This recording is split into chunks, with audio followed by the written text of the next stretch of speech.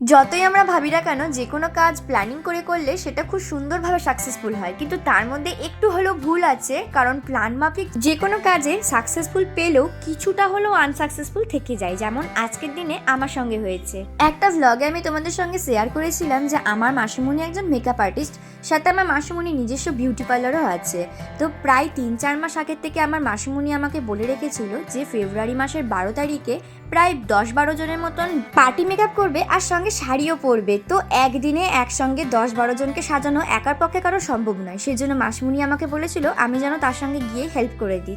আমি তো আর মাসিমণির মতন সুন্দর মেকআপ করতে পারি না, তাই আমি সবাইকে শাড়ি পরিয়েছি আর মাসিমণি মেকআপ করেছে। কিন্তু দুঃখের বিষয় আমি একজনেরই মাত্র ভালোভাবে ভিডিও করতে পেরেছি, বাকি আর কারোর ভিডিও করতে পারিনি, এত ব্যস্ত হয়ে গেছিলাম। আমি ভেবেছিলাম তোমাদের সঙ্গে সবটা শেয়ার করব, কেমন মেকআপ করলো মাসিমণি আর আমি কেমন শাড়ি পরিয়েছিলাম, কিন্তু ওই যে প্ল্যান মাফিক কোনো কাজটা সম্পূর্ণ হয় না। দেখা হবে নেক্সট ভিডিওতে, টাটা।